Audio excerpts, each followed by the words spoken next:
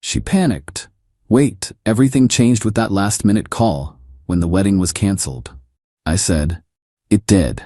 When she found out the call was from the immigration office about her fake fiancé visa scam, change came with deportation papers. I, 32 male, was supposed to get married 3 weeks ago. Instead, I'm sitting here with a canceled venue, a furious ex-fiancé facing federal charges, and the strangest sense of relief I've ever felt. Let me back up.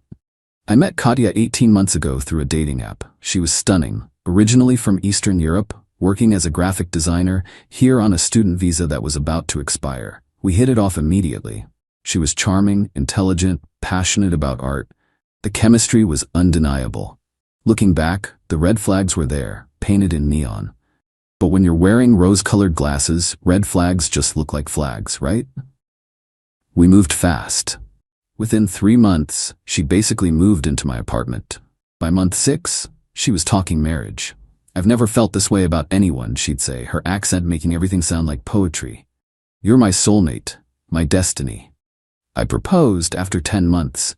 Yeah, I know. But she seemed genuinely devastated about potentially having to leave the country. Her visa was expiring, and she'd been rejected for a work visa. I can't imagine life without you, she sobbed one night. But I understand if marriage is too fast. I'll just go home and we'll try long distance. The thought of losing her was unbearable. So I proposed. The K1 fiancé visa process started immediately. Katya handled most of it. She said she understood the system better. I signed whatever she put in front of me. The interview at the embassy went smoothly. She coached me on what to say, how to prove our relationship was real. We had hundreds of photos together. Shared bank statements. She'd added herself to my account to show commitment. Love letters she'd written. Wedding planning consumed our lives. She wanted something elaborate, 150 guests, most from her community here. I'd never met most of these people, but she said they were like family to her.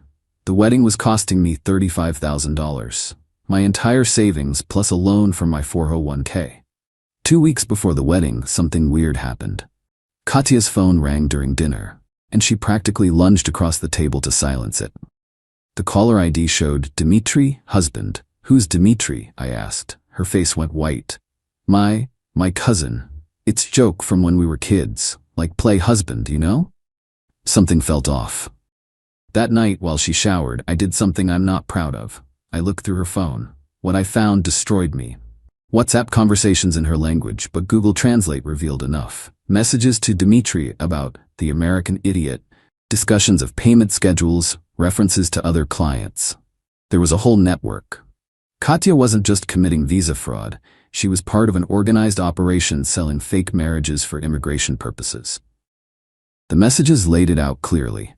She'd marry me, get her green card, then divorce me after 2 years and bring Dmitry over as her new husband. He was actually her real husband. They'd been married for 5 years back home. The $35,000 wedding, half was being funneled to the organization running this scam. I sat on this information for 3 days, physically sick. Then I made a decision. I contacted ICE, Immigration and Customs Enforcement, and the FBI. Gave them everything, screenshots, the WhatsApp conversations, names, everything. The agent I spoke with, Special Agent Rodriguez, was very interested. Turns out they'd been tracking this network for 2 years. Katya was a small fish, but she could lead to bigger ones. They asked me to go through with the wedding. We need to catch them in the act, Rodriguez explained. If you back out now, they scatter. But if we can document the fraud as it happens. I agreed. Those next 2 weeks were hell. Pretending everything was normal while wearing a wire to collect evidence. Katya was so focused on the wedding, she didn't notice my distance. The morning of the wedding, 2 hours before the ceremony, my phone rang. It was Rodriguez. Answer it and put it on speaker, he'd instructed me earlier. Make sure she hears. Mr. Fitzgerald? This is Special Agent Rodriguez with Immigration and Customs Enforcement. We need to speak with you immediately regarding your fiancé's visa status. Katya's face went from bridal glow to ash gray in seconds. Wait, everything changed with that last-minute call. We can't, the wedding, what do they want? It did change everything, I said quietly. They know, Katya, about Dmitry, about the network, about all of it. She tried to run, literally grabbed her dress and tried to bolt out of the bridal suite. Federal agents were already positioned outside. Update 1. The aftermath was insane. Katia was arrested at the venue. The photographer actually got shots of her in cuffs in her wedding dress. Surreal doesn't begin to cover it. 14 other people were arrested at the wedding, all part of the network. Some were supposed guests, others were couples who'd done the same scam. But Katia's entitlement didn't end with the arrest. Oh no. She doubled down. From jail she called me. I hadn't blocked the number because the FBI asked me to keep recording. She actually had the audacity to cry about how I'd ruined her life. You destroyed everything, she sobbed. All I wanted was better life. You said you loved me. You were using me for a green card. You have a husband. Dimitri is nothing. Business arrangement. You and me, we had real love. Real love? You called me the American idiot in your messages. That was joke. You don't understand our humor.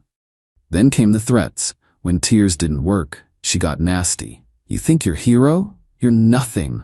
Pathetic man who can't keep woman. I have friends, powerful friends. You'll regret this. Her powerful friends turned out to be other members of the fraud ring, most of whom were also getting arrested. One guy, Victor, actually showed up at my apartment demanding I fix this situation. I was still wearing the wire. He offered me $50,000 to marry Katia and tell ICE it was all a misunderstanding. Just say you were confused, he said. Language barrier. Cultural differences. They'll believe American man defending his foreign bride. I pretended to consider it, got him to explain the whole operation on tape, how they'd been doing this for 8 years. How they had lawyers, document forgers, even people inside immigration offices feeding them information. Victor thought he was recruiting me. He was actually building the FBI's case. The next day, Victor was arrested too. Katia's family back home started contacting me through social media. Her mother sent voice messages calling me a destroyer of dreams and saying I'd condemned her daughter to poverty. Her real husband, Dmitri, actually had the balls to video call me. You could have just divorced her after green card, he said in broken English. Everyone wins, now everyone loses. You were scamming the immigration system. So, America has everything, we have nothing, you're selfish. The entitlement was staggering. They genuinely believed they were entitled to circumvent immigration law because they wanted a better life.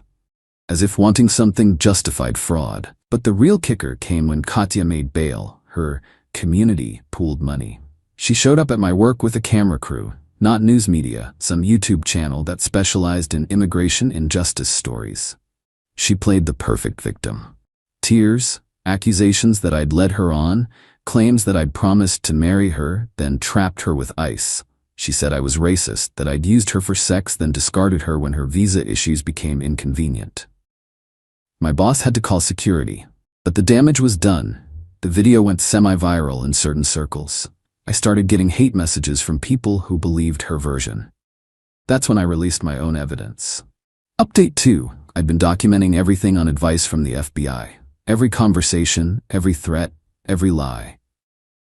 When Katia's victim video hit 100K views, I posted my response. The WhatsApp messages where she called me an idiot. The photos of her real wedding to Dimitri from 5 years ago found on her cousin's Facebook. The recording of Victor offering me $50,000 to lie to federal agents. The call where Dimitri admitted to the scam. The internet turned on her immediately. The YouTube channel took down her video and apologized for not fact-checking. People who'd sent me hate mail started sending apologies. But Katia wasn't done. She hired a lawyer, somehow, and tried to sue me for emotional distress and breach of promise to marry. She claimed I'd entrapped her, that I'd known about her visa situation and used it to manipulate her into a relationship. Her lawyer, some ambulance chaser named Gerald Morse, actually filed the suit. He probably thought I'd settle to make it go away. My lawyer, provided by my legal insurance through work, laughed when he saw it. She's suing you while under federal indictment for the exact crime she's accusing you of not facilitating? Bold strategy. We countersued. Fraud, emotional distress, misuse of funds, remember that shared bank account, and defamation for the YouTube video. We also submitted everything to the federal prosecutor as evidence of witness tampering and obstruction of justice. The FBI raided the office of the lawyer who'd been helping the network create fake documents. They found records going back a decade. Hundreds of fraudulent marriages, fake visa applications, forged documents. The lawyer was arrested and disbarred. Katya's case got stronger for the prosecution with each move she made. She posted on Instagram about how American justice only serves Americans, and accidentally revealed she'd been in contact with other members of the network who were supposed to be in custody. Turns out she was trying to coordinate their stories. That violated her bail conditions. She was arrested again, and this time, no bail. From jail, she had her mother call me. This woman, who'd never met me, spent 20 minutes screaming about how I'd destroyed their family's investment in Katya's American dream. Investment. She actually used that word. They'd spent $30,000 over the years setting up this scam, and I'd ruined their ROI. We sold our house for this, her mother wailed. You've stolen our future. Your daughter tried to steal mine through fraud. It's not stealing, it's opportunity. You Americans have so much you can share. The entitlement ran in the family, apparently. Final update.